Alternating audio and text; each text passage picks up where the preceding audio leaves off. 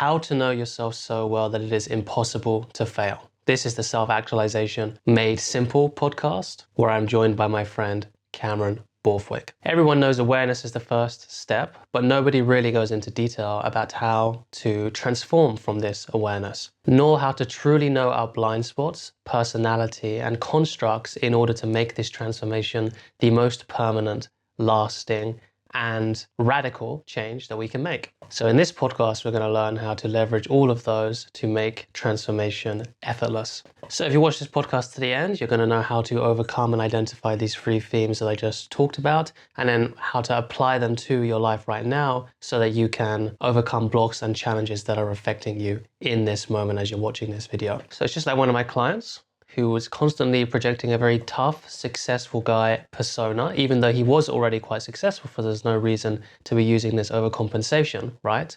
Well, we learned what his blind spots are. We learned how he was constructing his personality. Then we learned how he was projecting this set of values and these blind spots onto other people, which was just reinforcing the whole cycle, making him feel like if he wasn't to act tough, if he wasn't to act successful, then both of these things would be taken away and he would be challenged. So after seeing these blind spots with compassion and learning the mechanisms, not only of the how, but the why of why he was doing these things, both based on things that had happened to him in the past, but also how he was making sense of things in the present right now. And on top of that, having a real framework of vulnerability where he was able to expose himself more and more to things that made him uncomfortable without making him unsafe. We were able to do all of these things, and now he's able to be in social situations, in work situations, where he would have felt like he was constantly being challenged, questioned, and his authority felt like he was on shaky ground. Now he's able to own those situations in a way which is something which was out of his reality just a few months ago. And if that sounds interesting to you, this is going to be the exact step-by-step breakdown of how to make a transformation like that happen in your life. Enjoy. Obviously, last podcast we talked a bit about my kind of journey. What what was the key moments in your journey leading up until now? So for those of you that haven't listened to our first podcast, I really do recommend it, not just for engagement, but I actually think it's really good content out there where you get a lot of our journey, but a bit more, of my journey. So maybe you could watch that for context. I'll put it in the description link below. But I'm interested to hear what your perspective was on our journey, because obviously I know a lot about my journey, and I tell my journey a lot because it helps a lot of the clients that I'm working with to be like, hey, like, this is where I started from. Here are the parallels with you. It's all good. Like, you're going to be fine. It's very reassuring for a lot of people. It's very reassuring for me to hear it from Pierre, actually. Yeah. But I never really heard from you what your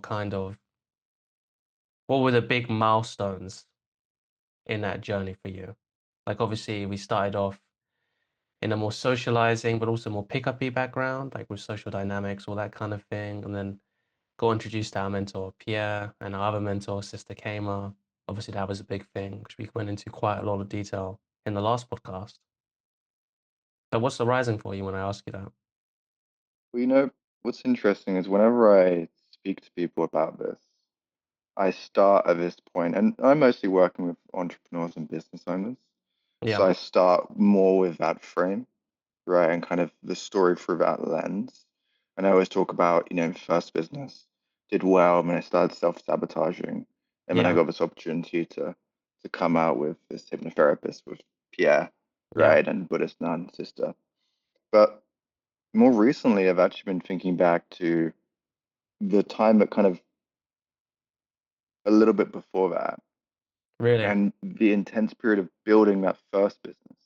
Ah, And right, I okay. think, I think I've been a little bit avoiding it for a while because, Mm, you have, especially when you go through the fourth person perspective and you get a mm, little bit of that aversion to action and hustle yeah, culture, and it's like a bit of a distaste. yeah, And that period was the most intense work I've ever done, really. by far. And it was the period where I met our mutual friend, Omar, Mm, right? yeah, And at that time, he was just some guy who slid into my DMs. yeah, And I was running a kind of relationship and dating coaching business at the time, but I was basically not running anything. So I had no clients, right? And we got on a call and we connected. And he was like, "All right, do you want to work with me? I think I can help you really do this." Hmm. And I'm like, "Yeah, I do, but right now I've got minus £200 in my bank account with an Nice. overdraft that extends to 500, but that's still Yeah. like not my money, Yeah. and that's it." And he's like, "Okay, well, the program is 4K, Yeah. but you can do a 300 um, pound deposit, and then you can start in January." It was like around November or December at this point. And for whatever reason, I just said yes. And so I Hmm. gave like the last of my money, Mm. and I didn't have a job at this time. So I go Really? looking around, right, Oh, where I was, yeah. because I was at university, and I go looking around the city that I'm in, and I do all these interviews. I did this interview for a hat making company, like cricket helmets, Yeah. right? Imagine me doing that. I have really shaky hands, Yeah, and dude. I screwed up the interview so bad. They sent me a rejection letter, then later said that they accidentally weren't meant to send that. Right? It was very weird. But Really? I ended up working at Tesco's of all places, doing the Oh, yeah. picking, right, where you pick up online shopping. Okay, yeah. And I I'm not a good work person when it comes to working for someone, Mm. but I hated that so Oh, much. of course, yeah. And I'm also not a morning person. And this started at 3 a.m. And so my day for about, it was 6 days a week, and it was for about 3 months I did this. Mm. It was 3 a.m. to 1 p.m.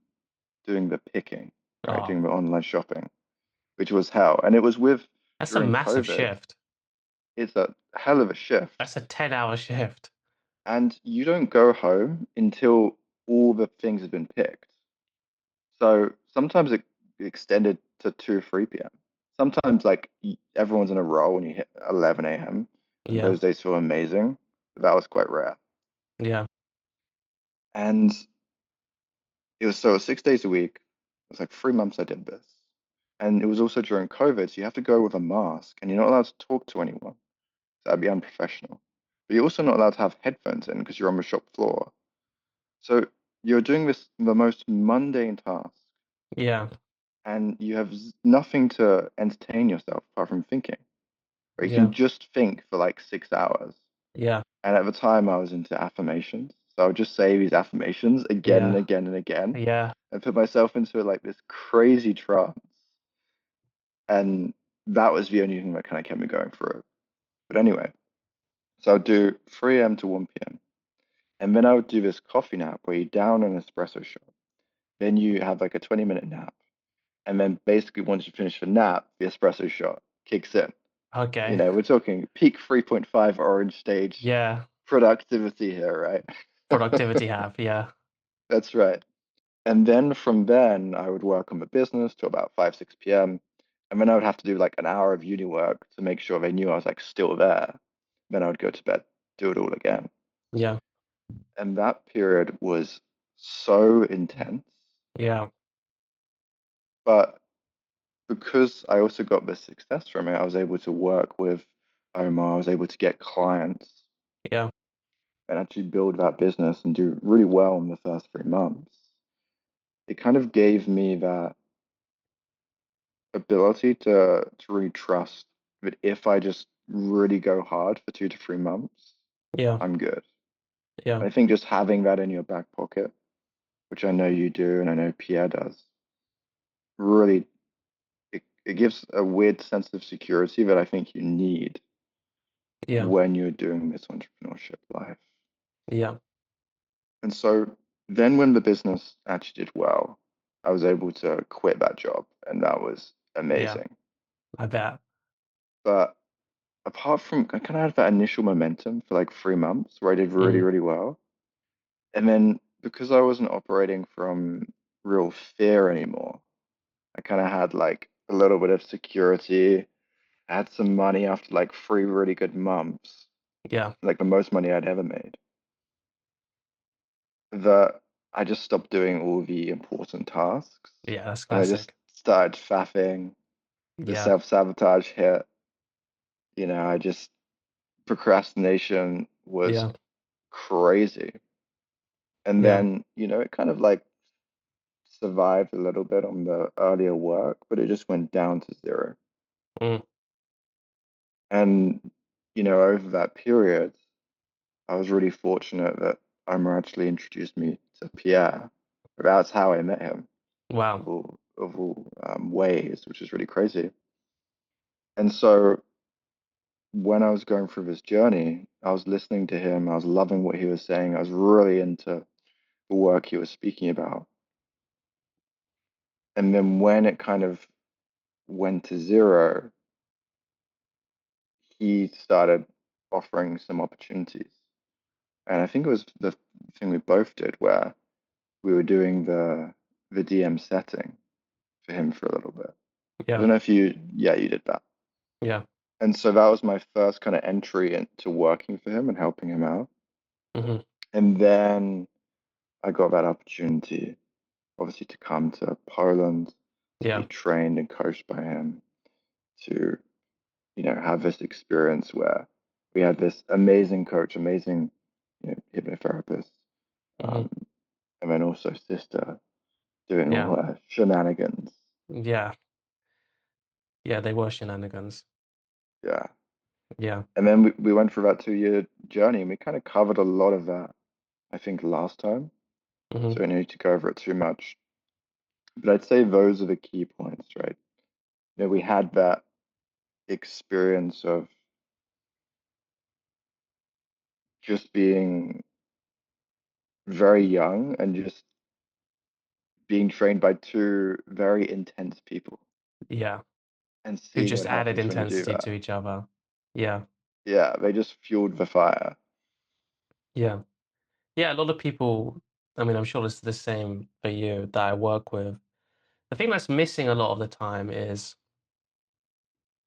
people who get into this work, they usually, their mind has served them well.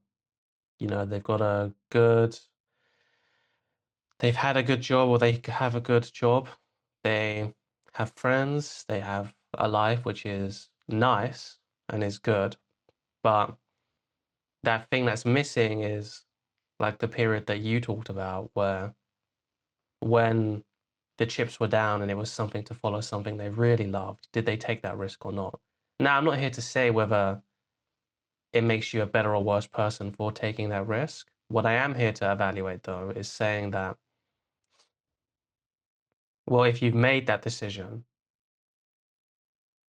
to not take whatever the risk is in your life, so for you, it would be giving that €300 or £300 extra of overdraft when you didn't have the money and then having to figure it out later. If you've never done that before, some version of that, then this relationship with yourself, a lot of the thing that comes up in my clients and my sessions is this feeling of not fully being able to trust yourself. And it's kind of a leap of faith because yeah, if you've never done it before, then logically, like your mind's going to be like, yeah, I can't trust myself. But then you have to at some point take that leap or take that step in order to be able to have that evidence that you do trust yourself. So it requires that leap of faith. And if you've never done that, if you've always taken the more comfortable option or the more sensible option, there is something almost always that's lacking in the self-actualization journey and for you, for the clients that you work in their business journey, in whatever it is that you decide to do. And that thing that's lacking is almost that certainty because it's being okay with uncertainty, because you can be okay with uncertainty a lot of the time because you've been in really uncertain times and you've just figured it out. You've just done Yeah, what needs to be done. yeah, Yeah. and But it's something which, if I can just say this, is something yeah, go which on. it's kind of like a hard thing for people to understand in the beginning because you can't understand it. It doesn't make sense. Like what I'm saying does not make sense, really. It's like, what do you mean you have to like can't you just like play always the logical thing and do the thing which gives you the most probability of doing something? Yes, that has a place and that's how we should be operating like in most day-to-day kind of life. But there's a point where taking a risk and throwing caution to the wind is the most probable outcome, but you can't know that until you're over the hill, until you've done it.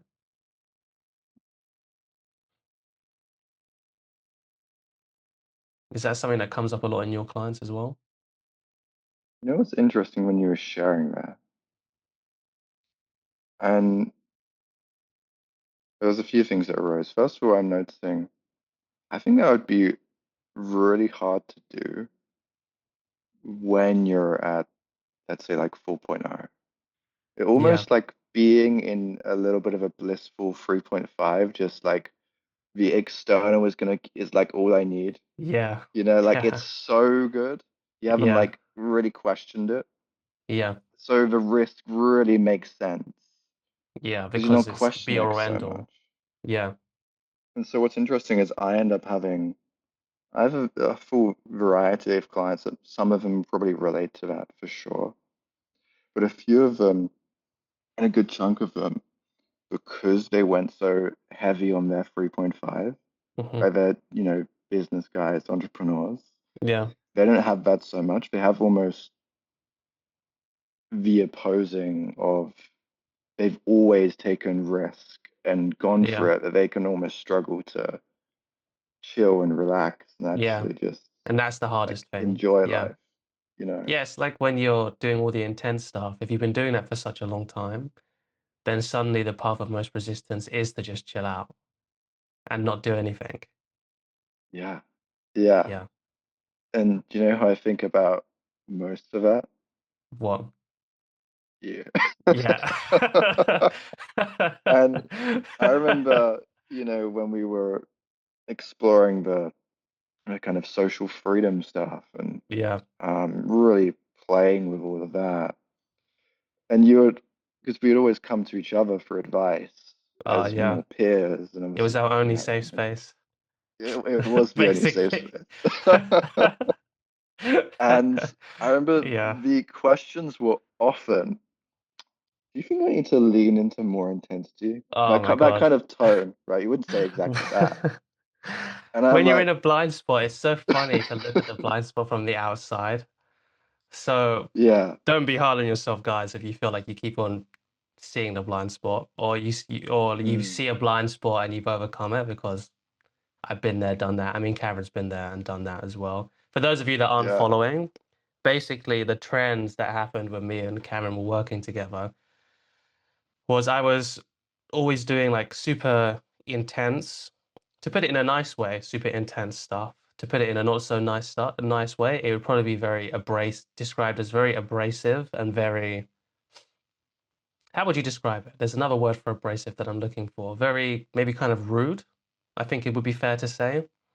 maybe rude. It's just you always just in general leaned into like the most intense of Right. anything you did, both in how your personality was, in the career you chose initially. Yeah. Like Yeah. just life was like intensity was the default choice Yeah. all the time, To put it like you that. know? So Cameron put it in a much more eloquent way than I did, because he was living with this person for basically 2 years. And it just goes to show you that you can't really self-diagnose your problems until you get to a Mm, certain stage, right? And even yeah, then, it's just much easier to outsource it to people. That's why me and Cameron still work with mentors as well, yeah, right? yeah. Because for me, in this instance, I was doing all this stuff that Cameron was saying, and then at the same time being insecure that I wasn't being out there enough. And that if anything went wrong, it was because I held back and I wasn't unapologetic enough. Okay. Yeah. So this Oh my was gosh. my kind of issue. And then, yeah, it was basically for that whole 2 years period, it was just a chilling out process, which speaks to your Mm, point. Whereas for Cameron, for those people that were wondering, I remember a really distinct time was when we were living in Budapest at the time. And there's this basilica on the Pest side of Budapest. And we were doing yeah. hypnotherapy at the time. It wasn't shadow work, it was hypnotherapy at the time. And Cameron had a massive breakthrough. It was something along the lines of he didn't have to be so reactive to his internal world. Like his internal world Mm. didn't have to, like everything that's something, there was a slight contraction or a slight unrelaxation. Let me know if I'm getting it wrong. That wasn't a whole issue that we had to go into. Yeah. And I remember Yeah. that was For actually a big sure. turning point for you. Yeah. 100%. You Yeah. know, the internal world for me and how I related to states was just very much like if I'm in a really nice state, oh great, I'm doing it was kind of like my real achiever mind hijacked it a little bit. Yeah. Where I was like, I'm winning, I'm doing good, I'm doing the right thing if my states are good. And if I'm feeling bad or have a small contraction or just kind of any kind of internal slightly negative feeling, that's really, really bad. Right. Which would also make just the really bad feelings worse Yeah. and would make the positive feelings, I'd really cling to them Mm. and just make more stories about them. And that Yeah. was a huge, huge turning point because, I was living on this path of trying to live in a perfect state all the time, and that not being in that was a bad thing.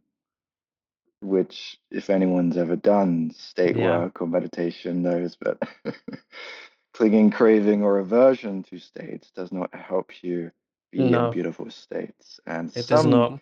might say it hinders that, Yeah. which Some is might definitely say. what I experienced, some might say.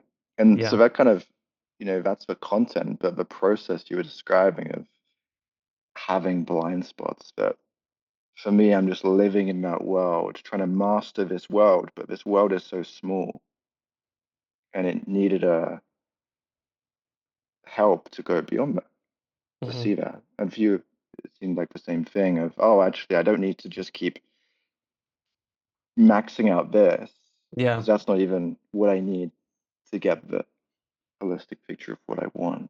Yeah. So most likely for people watching this, the problem that you're experiencing, the solution is something which you haven't even thought about. Because if it is something you thought about, then it wouldn't be a problem in the same way. Is essentially what you can learn from these two stories. So for me, because the insecurity was overcompensation, intensity, being unapologetic, that was me. Okay. If that's the insecurity, then the only path is by doing that more. Whereas the actual thing, the blind spot, which I couldn't see, was, well, it's this whole fixation of this in general, which is the problem. And once that fixation goes, then you can have more breadth about what the actual issue is.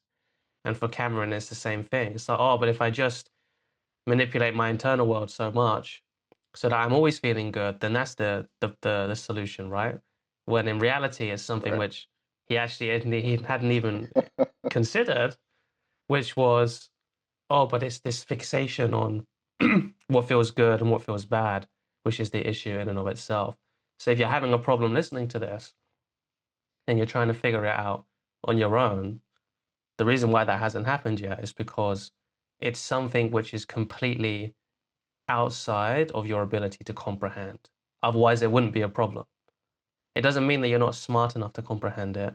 It doesn't mean that you're not aware enough to comprehend it. But until you have a real, like half a decade in internal work, and that whole half decade is you learning from the correct mentors and not having any of the community project onto you, and you create introjections from that, which happens in most of the content that I see out there, unfortunately.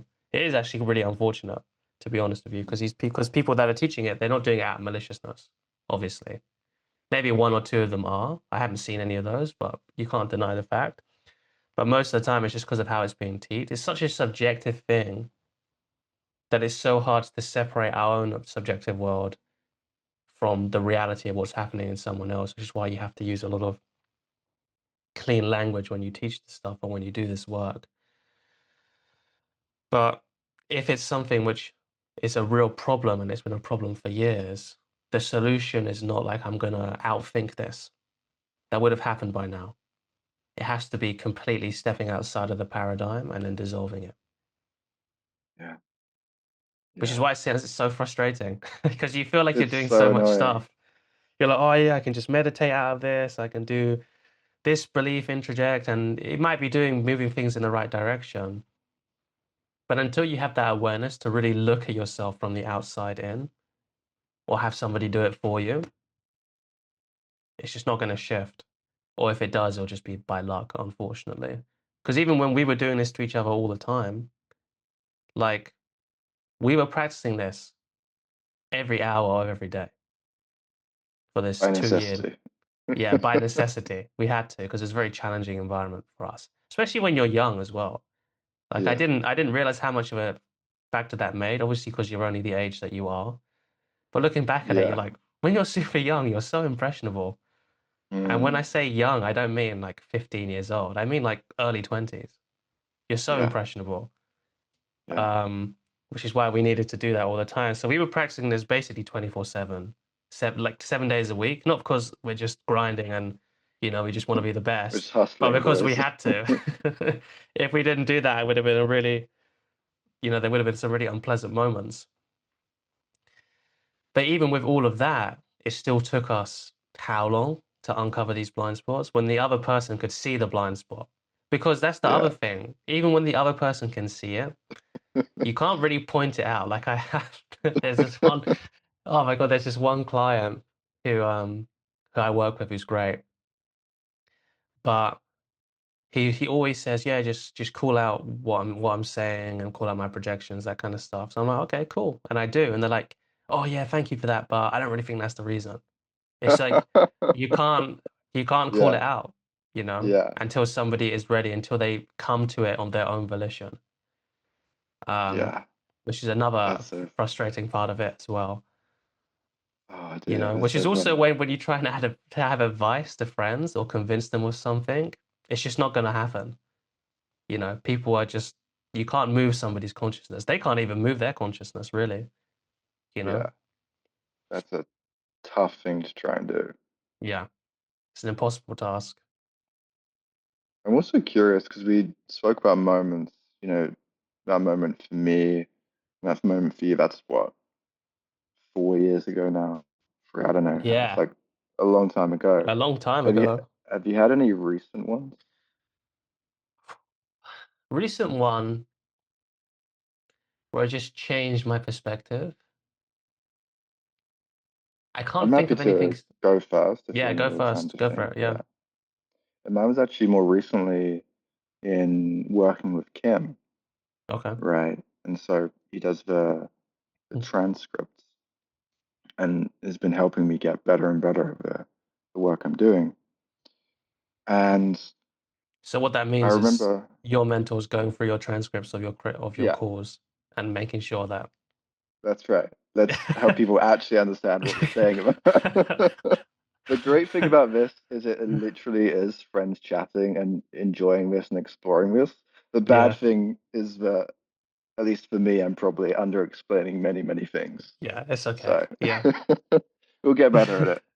It's all right. But In the anyway, comments, you can shout at Cameron. Don't worry. that's This is a right. Just safe shout at space me. for you It's to all vent good. your frustration to Yeah, Cameron. that's right. It's a safe place. Anyway, so it took until like the 10th month, and it was definitely getting better and better. But there was just this one breakthrough where he kept saying, "You're slowing them down, right? Mm, Just let them do it. Let them do the work." I'm like, "I'm not slowing them down, King. yeah. I'm doing good." Yeah. And what I really realized is I had been so focused on doing shadow work, Mm, but I wasn't letting the light do the work. interesting. Every session I would start with kind of the old hypnotherapy, what's the problem? Yeah. And that's how I would run a session. What's problem, solution, give them a little bit of stuff to do. We make amazing breakthroughs. That's cool. But since that session, I just started leading with the light that they already had, Mm, right, from previous work we've done. And my clients have been doing way better just from that, and me too.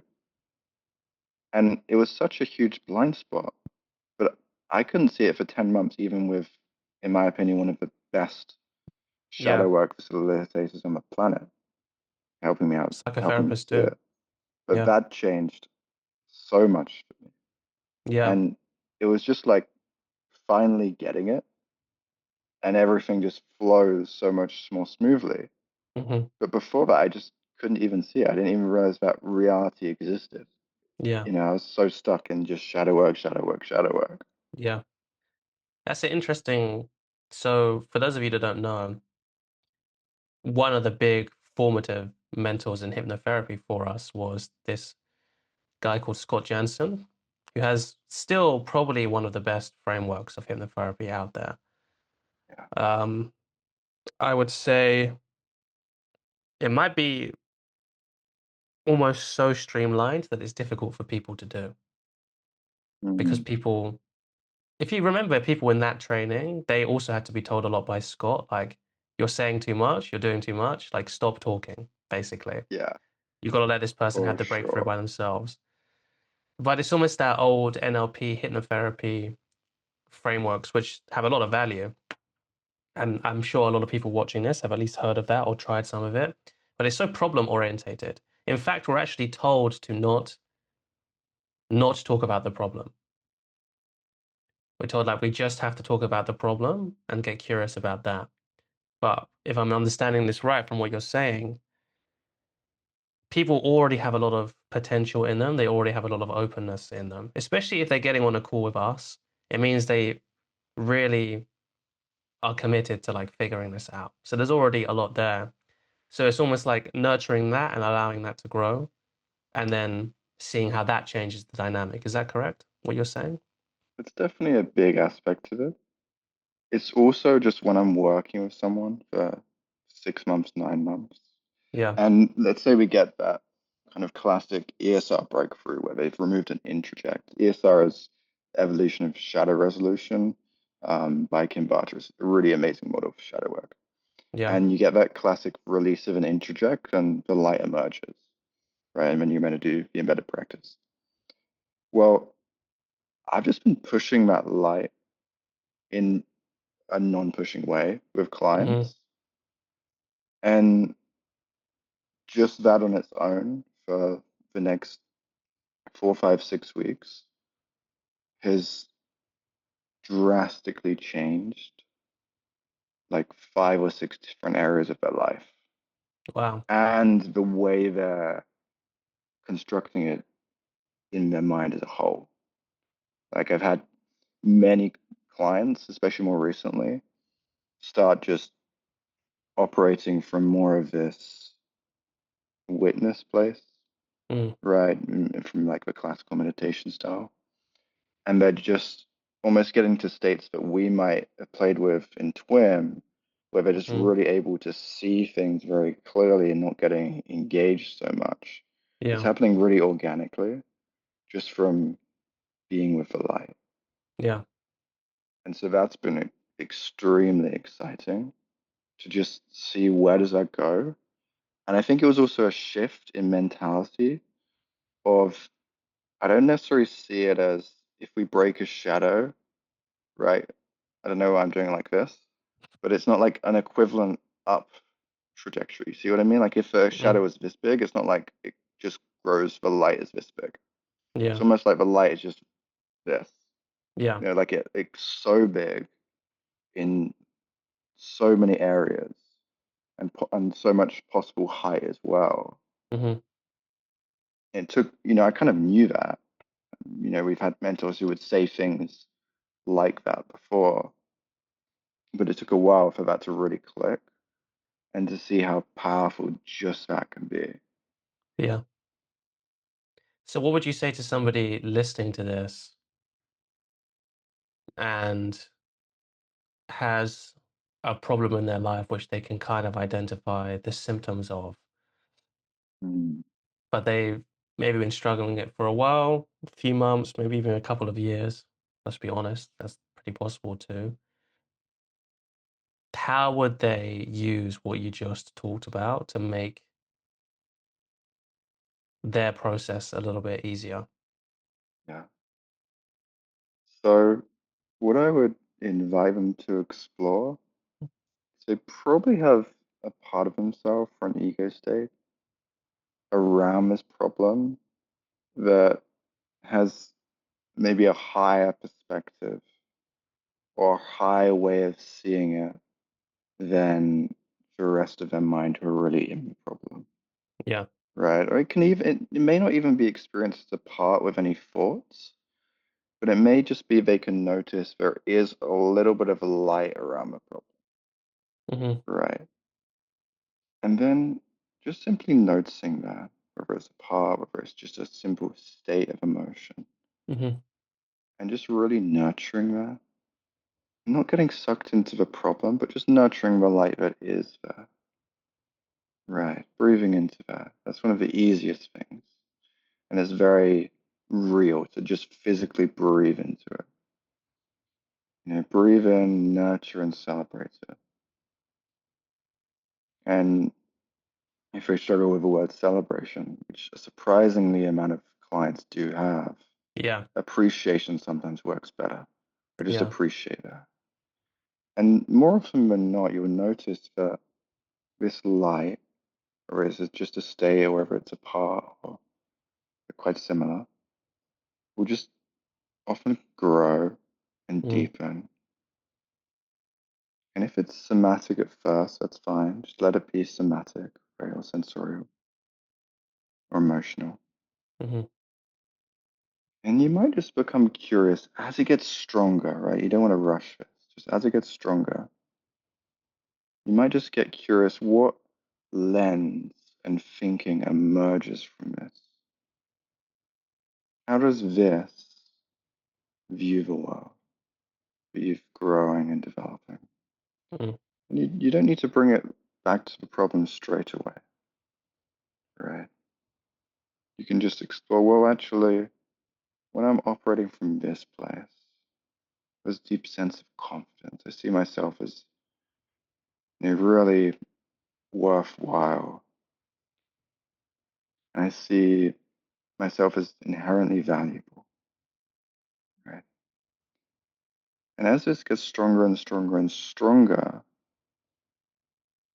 you can invite it to explore the original problem. Mm. And you might find there's new perspectives, new ideas. And you just play with that, grow that, nurture that. And then when that problem inevitably drops away, don't stop, Mm. you know? So what else is there? We're not just here to solve problems. Mm. What can emerge from this? Look how beautiful and powerful that is. Yeah. How wonderful that is. That's you. Mm.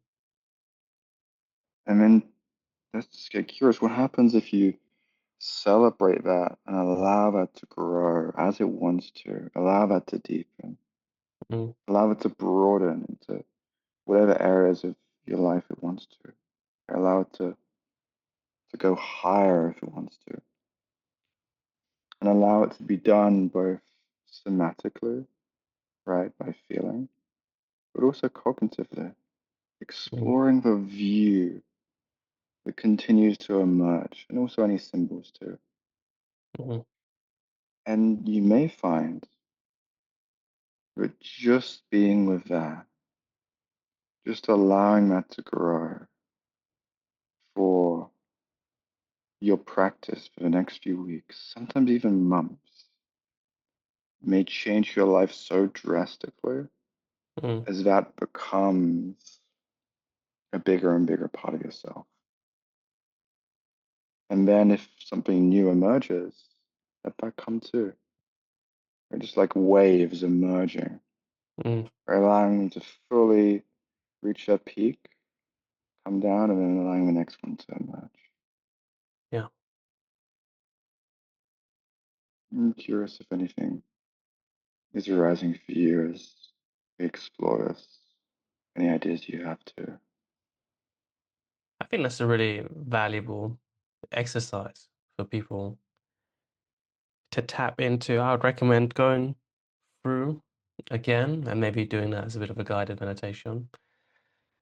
Because if you can do that with one thing, then these distinctions between parts of us are all just projected.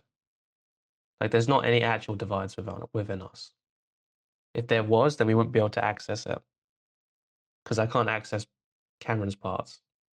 I can just access myself. So if you can do that with one area, then there's no reason that you can't do it with all of the others. Because it's all part of the same consciousness.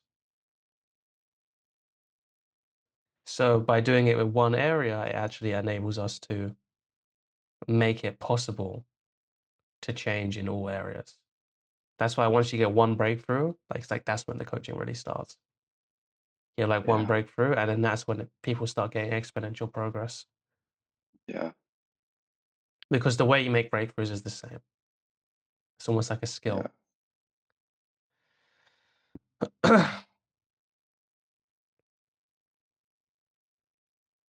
But to answer your question to begin with, which was, has anything new happened for me in terms of breakthroughs that I've made, that kind of thing? The other funny part of this is that the way that you create problems for yourself is also the same. It gets more complex, but it's also the same. More complex because you kind of need to put more barriers and be like, oh yeah, but this is an exception. So for people maybe that have been going through or having a good time or had maybe even made some breakthroughs, anytime you catch yourself making an exception, oh yeah, but this time it's different. Like this time, this problem really is real. This is real. Yeah, this is You're wrong. real. This is real. Then that's like a really clear sign, basically, that um, something is going wrong. But for me, can't actually remember any of the. Um, unfortunately, I never really had a breakthrough in terms of my own practice, in terms of like a big one that I can remember. But when it comes to coaching, what I have seen, similar to what you're saying though, is you shouldn't really get in the way of the flow of someone else's consciousness and how it's coming up. Like whatever is unfolding right in front of you at that moment. The moment I tried to like systematize it or like do NLP stuff or like back in the day or like say, oh yeah, but I got to get them back on track.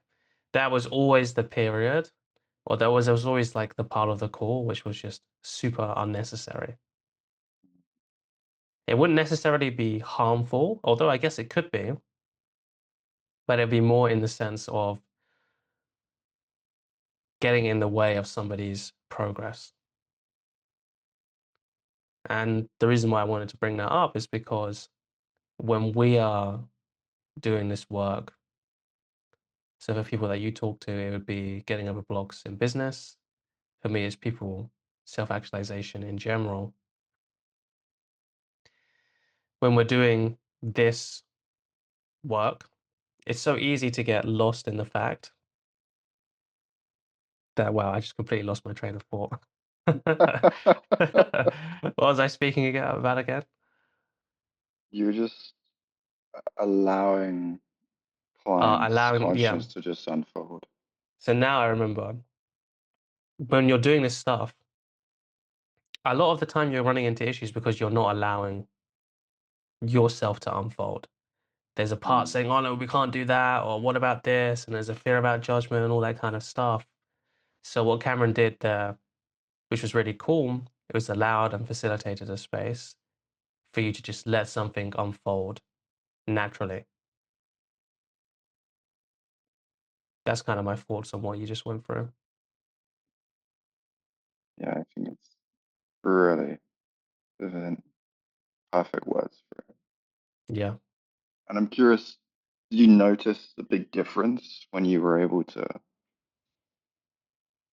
do that even more in the work of your own clients?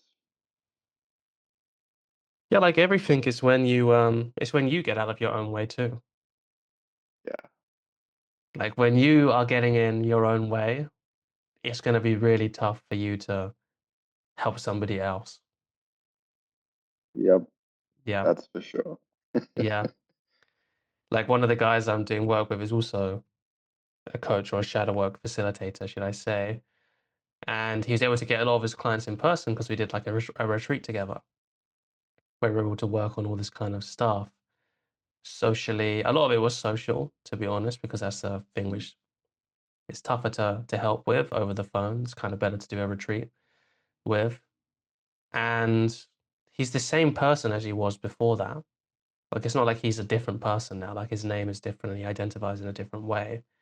But when, like for socializing, an example, when you're getting in your own way, that's the real issue. Like when people say, "Oh, just be yourself," what I think they really mean is like stop getting in your own way Yeah. with Yeah. bad beliefs. Like when someone says just be yourself, and someone says, "Oh, but myself isn't attractive or myself isn't confident," right? Well, that doesn't happen out of nowhere. If you have a belief about, if you form a belief that you're not attractive and you're not confident, then that is you getting in your own way. So you have to get rid of that. And then obviously there's some communication stuff and how to kind of present yourself in a presence way. But it's why that stuff is really valuable because as soon as he was able to not get in his own way, that's when he started getting clients from just talking to people in the place where he was living. He was living in like a co-working spot, so kind of like a hotspot for that kind of thing. So yeah, once you get out of your own way, it makes things much easier because then you have no reason to get in the client's way. But if you're getting in your own way, a client has a similar trigger to you, suddenly you get triggered. It's like, what am I supposed to do here? You know? That's for sure. Yeah. Yeah. That's what was happening when me and Cameron were in Budapest, just triggering each other when we were doing hitting the therapy on each other. Oh dear, yeah. We definitely did a fair amount of that. But there was also plenty of other triggers to go around. We didn't have Ah, to worry yeah. about There was that. no worry about if there wasn't enough triggers coming, you We know? had the material Yeah. and we had willing um, clients, let's say, Yeah. each other. Yeah. Yeah, Mm. exactly. What's coming up for you now? I feel like we talked about a bunch of stuff. Is there anything else that's coming up for you? I wrote down a really funny question. Okay. And when you were speaking, I was just like, I accidentally opened these kind of like little questions and curiosities I had. Yeah. And I just saw this one. Okay. And when you were speaking, it completely sidetracked me. And I was like, don't laugh. And then when I Okay. try and make myself not laugh, I just really wanted to laugh.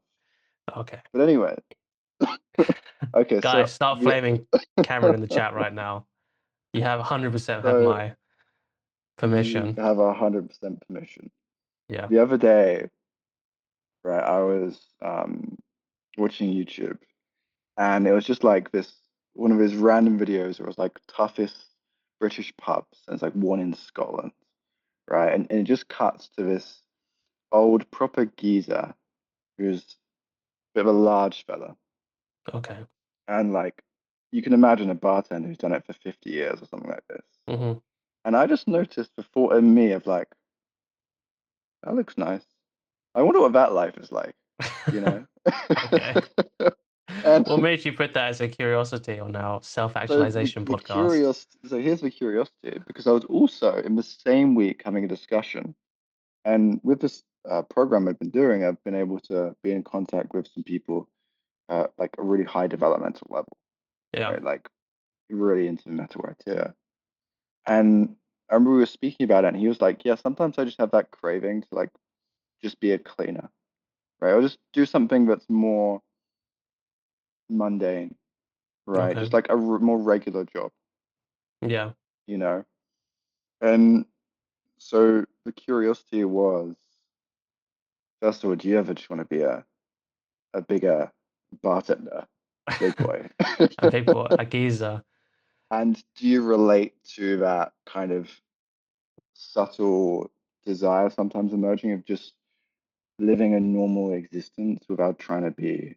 grow or be special or even develop, right? Do you Mm. ever experience that at all? I don't Maybe think it's I just do. me. I can understand the question where you're coming Yeah. from. I don't just want to shut it down at all. But I guess I would say from my perspective, it seems like maybe it could be a golden projection on that kind of life. Oh, for sure. Yeah. When I think about it with any sense of like thought, it Yeah. just gets instantly shut down. Yeah. But the emerging idea, first of all, is funny in Yeah, it's general, funny. just for me to think, oh, I want to be a fat pub man. That's right. Okay. Welcome to the comedy podcast, guys. But also, there is that sense of not being so worried about who you are, in the sense of it doesn't matter that much anymore. Yeah. You're not clinging to being some amazing shadow hypnotherapist facilitator or being a good entrepreneur Hmm. or even being in like the perfect relationship, right? Yeah.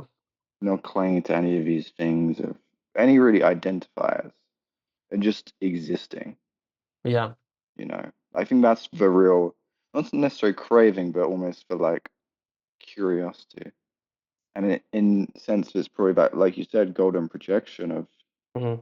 freedom from those subtle constraints of what you should be or aiming towards or growing towards. That's really interesting.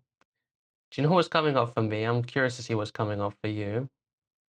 Could this have something to do with the fact that if we were to put you into the Enneagram system, you'd be an achiever? It might be that. I was thinking about the Enneagram a lot this week. That was Yeah, another so have question I I. have, you Yeah. know? And It's, yeah, go on. well, Enneagram, there's a lot of problems with personality tests, obviously, because typing is Yeah, quite limited. But how, at least how we use them is they're as useful maps that can maybe place somebody in a relevant way. Obviously, there's a lot of times where it's not very relevant, but in certain things about just how, maybe just explaining to people how their cognitive functions work, basically what their mind then naturally tends to lean into rather than not lean into. But with Enneagram, it's really funny because it's a really good map and general placement to kind of map where people's motivations and desires and maybe a core part of their identity is formed. Now we have all of the personalities in us. Whatever personality test you have, we have all of them in us. That's just the reality of human consciousness and a million more. So I'm actually having a hard time explaining it right now, but there is functionality to it as a map, but I'm not quite sure how to explain yeah. that. But that's not the main part. But with Enneagram, there's a type 3, which is the achiever, which if you were to place Cameron into, would be Cameron. For me, it'd be more of a type 8, which would be the Yeah. challenger, which if you wanted to talk about my blind spots, makes perfectly sense because the challenger is known as this like just say it how it is, all that kind of stuff, like Mm. has a big need for power and control and is and afraid of losing that. So obviously my overcompensation is to be more abrasive and to be a bit more intense, especially back in the beginning. Now for Cameron, he can probably explain it a lot better than me, but for the achiever, it's being valued for the achievements that you've made. So you can be it's almost like putting on like a ton of different masks. Is that correct, right? Is that fair to say? Or how would you describe it? Yeah, I think the achiever, and when you were sharing it earlier, I think a great way of viewing it is just basically just how you're constructing identity or reality Yeah, your rather than primary even a one, right? personality test. Yeah. Yeah, And exactly. so I think the achiever has tendency towards trying to create a perfect identity, right? A perfect mask in some Yeah, ways, exactly. which Bit of a definitely tall order, arises. right? Bit of a hard challenge, but we do try. Yeah, We do our yeah. best. You do try very We hard. can't say Yeah, we don't try. And we yeah, can't say you don't try when it comes to the power and conflict. yeah, yeah. I You, definitely did my fair share of trying. You could definitely say that. That Um, is true. Funny enough, let me just say this before I forget. I realized that a big part of the reason why I used to do that abrasive stuff and push intensity to the max is because when I was feeling uncomfortable, I knew that if I pushed the intensity, I would feel more comfortable than the other person most of the time. So Uh, it was actually a defense mechanism yeah, yeah, because, oh, I'm feeling a bit uncomfortable here. Let me just push it a bit to the max so the other person feels more uncomfortable than me because it's all like power dynamic going in. It wasn't malicious or anything like that. It's just like a protection yeah. mechanism. But like we were saying, it's actually interesting because what your kind of weird golden projections, not yours, but like in general, what people person, I'm not saying your projections are inherently weird, I like just more have weird weird than anyone ones. else. That's it. Yeah. Yeah, they're just super weird. But with golden projections, what's really interesting is you can actually, for those of you who are still listening to this podcast, you can look at it in a way of they can reveal, if you were to reverse engineer them, what your constraints are. I'm not sure if you even realized you said this when you said it.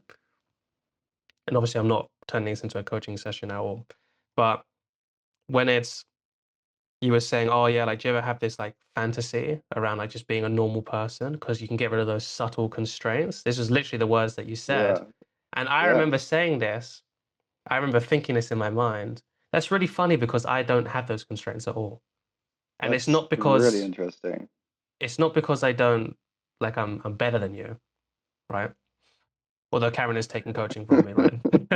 That's right. I'm gonna be paying him for this afterwards. Yeah, no, obviously that's a joke. But I was like, oh, that's really interesting. But then like I recently just had this not recently, but a couple of months ago, I had this situation where I was traveling around. There was a girl I was not even really dating. We just been on a few dates, you know, shared something intimate. And then I said I was leaving and I didn't know when I was coming back.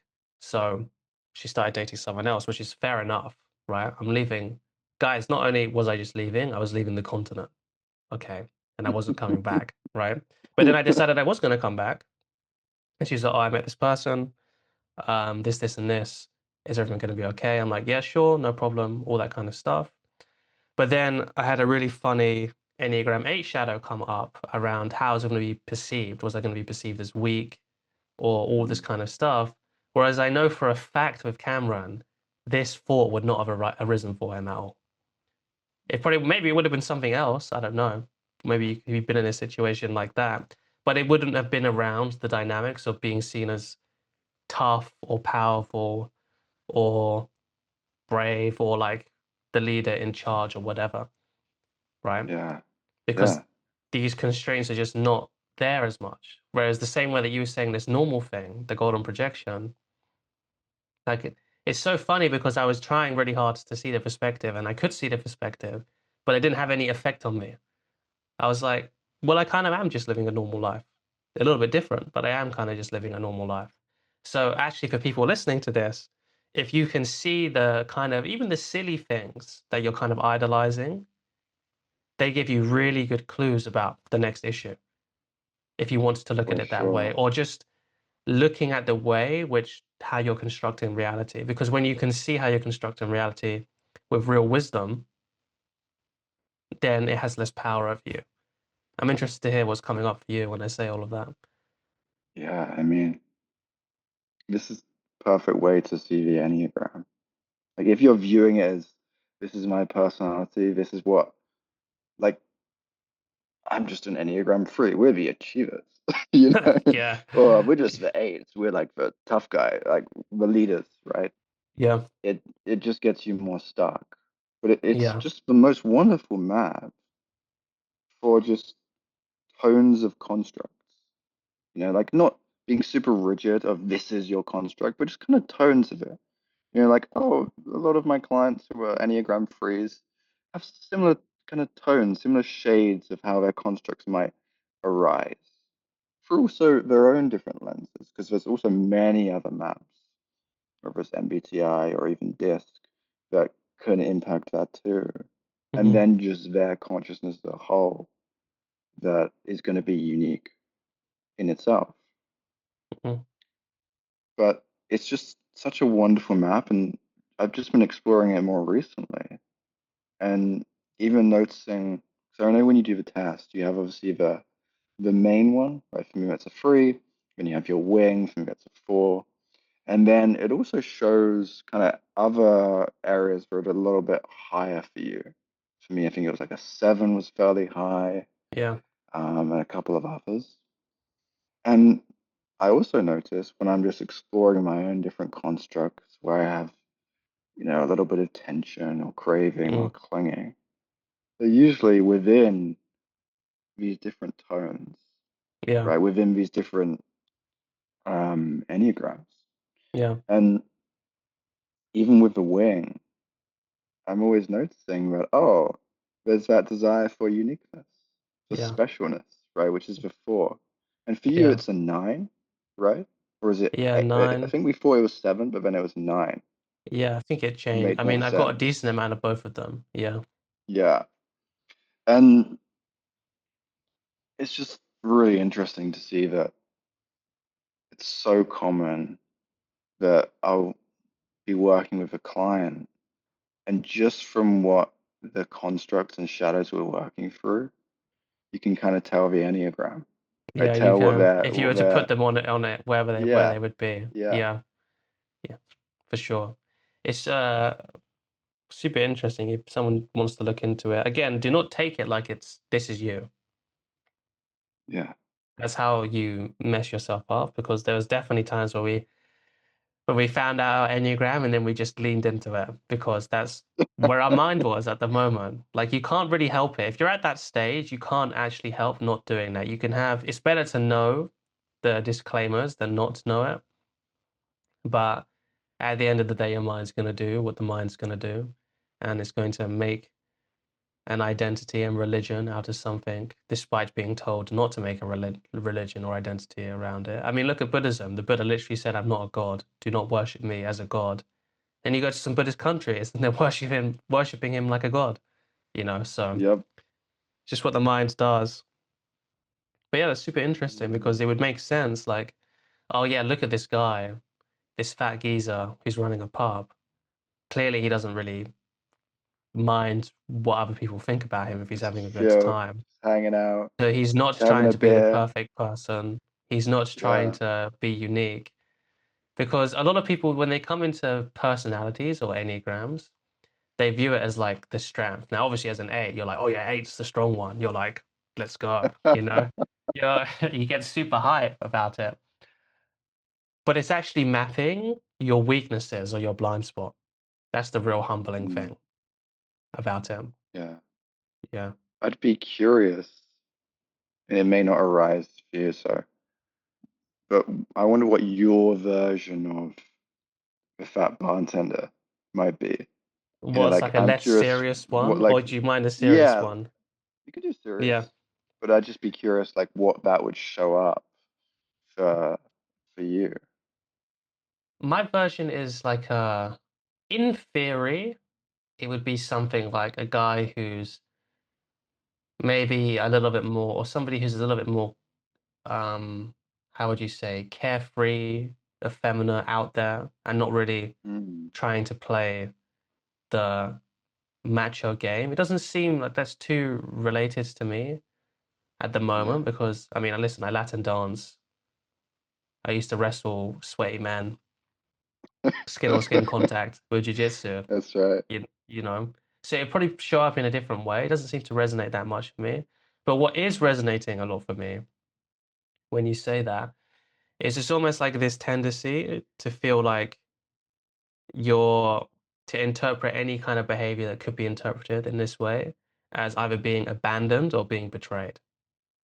Because Mm, in one of the big books that I read on Enneagram, like I didn't do an in-depth training or something like this. It's just what we've been noticing from studying it, a lot of self-study and then applying it to clients and stuff, is each Enneagram, it has like a message. Now, this message has tons of projections in it, and obviously there's not like one message which is going to resonate. There's 9 Enneagrams with like a billion people. There's like 7 billion or 9 billion people in the world. But it's something like the lost childhood message is the thing that forms the Enneagram. You can almost think about it like an introject, if you want to look at it this way, is you will not be abandoned, you will not be betrayed. basically. Mm. So you can interpret anything where you something could be like, even in the realm of possibilities like that, it's like you have an extra sensitivity to that. Yeah, that's a great way of putting it. Like an extra Yeah. sensitivity. Yeah, Doesn't you that have just an sum up the extra Enneagram? sensitivity. Yeah, it's just Like it's basically having an actually, extra sensitivity. Yeah. yeah. And that's so great because so often the problem with these personality models is first of all, not really personality models, but also we kind of get attached to them. It's Yeah. actually just where you're a little bit sensitive towards. Like I am Yeah, just exactly. sensitive towards achieving and being special. Yeah. I'm just a So it bit means sensitive, if that guys. gets You know? taken away from you, it's like it's almost like an extra step your mind has to go through to say, chill, bro, you're okay. Yeah. It's Yeah. almost like that's what has to happen. Yeah. Yeah, Do that's you know super interesting to talk about. what was really interesting is I had huge aversion to getting robbed, but not getting killed. Right? This has got a Okay. little bit dark.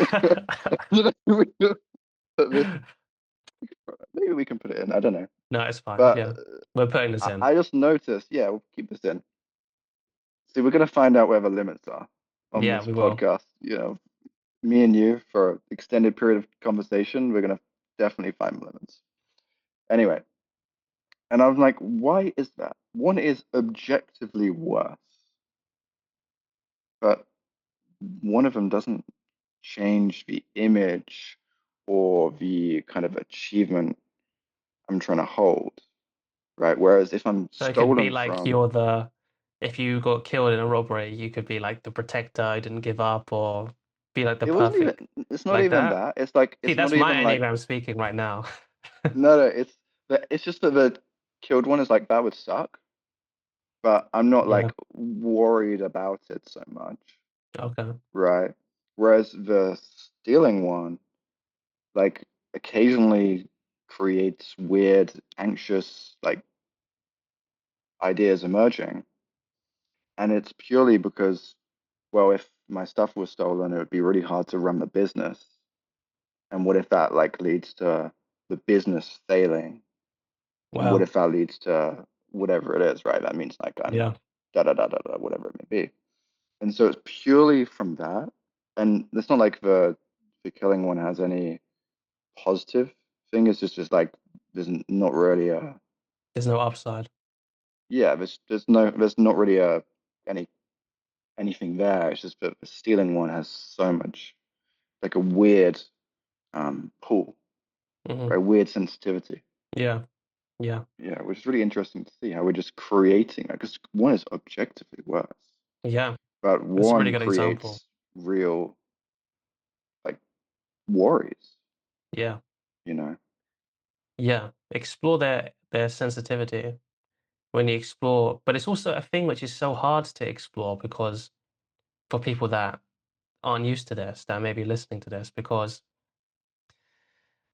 we're extra sensitive to it. So if it Yeah, creates like a stifling effect that I see in people.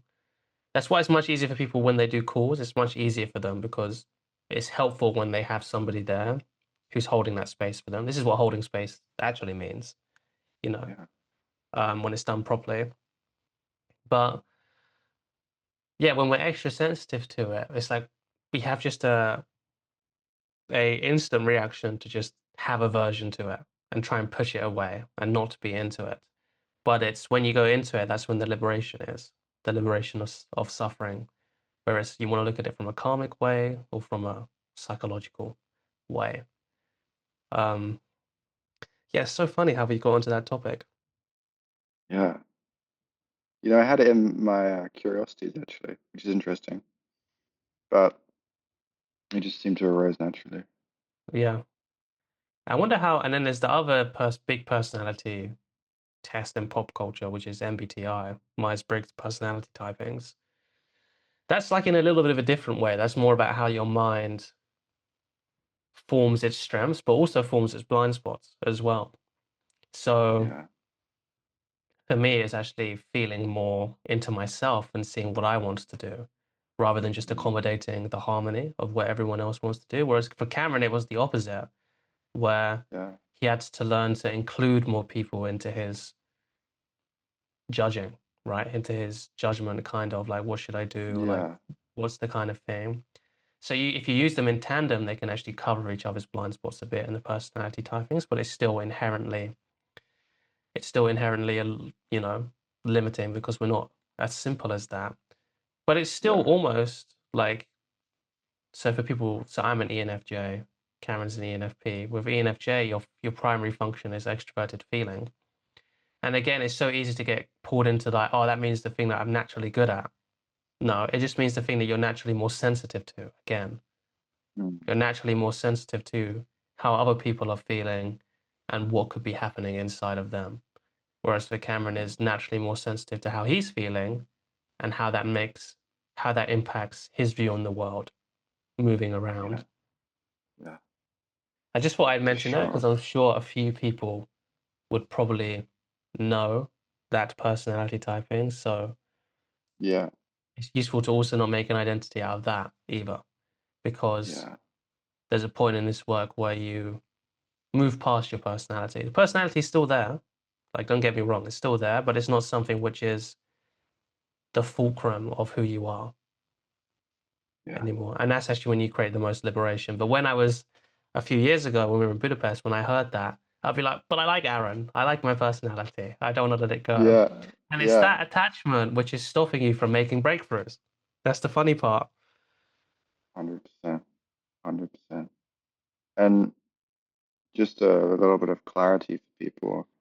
When we're exploring MBTI, because it can be useful too. Number one, goes at Personality Hacker that we were using Yeah, to do the personality test. hacker. It's one of the That's best tests much out there. better because it really focuses on the cognitive functions over this like more storyline driven version of, Astrology version of, yeah, yeah, this is an right. ENFJ, and it's Which like, means that you're this, and this, and it just makes a yeah, bunch of assumptions about you, yeah, which is whereas Personality Hacker, because an ENFJ is built of extroverted feeling, introverted intuition, extroverted uh, sensing and extroverted introverted thinking. sensing, and introverted thinking, right? And it goes kind of in order of what we're most sensitive towards, what we use more as a dominant function. Um, and it builds your model based on the cognitive functions, not this kind of storyline thing. For me, it's extroverted intuition, introverted feeling, extroverted thinking, and introverted sensing. Um, and so if you are exploring it, for sure, use that over like 16 personalities, because otherwise you're just Yeah, gonna get even more storylines than you already yeah, will. which you'll have to You deal know? with later. Yeah. Yeah, I mean, that's all that's coming up for me. Is there anything else? Yeah. I think How do that's we a great round off on that? place. I think Well, do we even need to do an intro as well? Because I'll like we do it just in, jumped in. Yeah, you want to do yeah, an intro? I'll do the intro, but I'll do it after. I'll add it to after. Cool. Yeah. Yeah. I guess how we'll round it off as,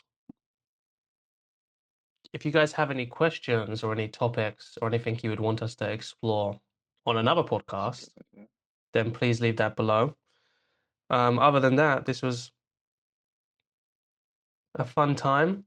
I think you got a lot of useful stuff out of this about how to approach a lot of the big kind of needle movers in the personal development, self-actualization industry, like personality tests and how to kind of see where your blind spots are.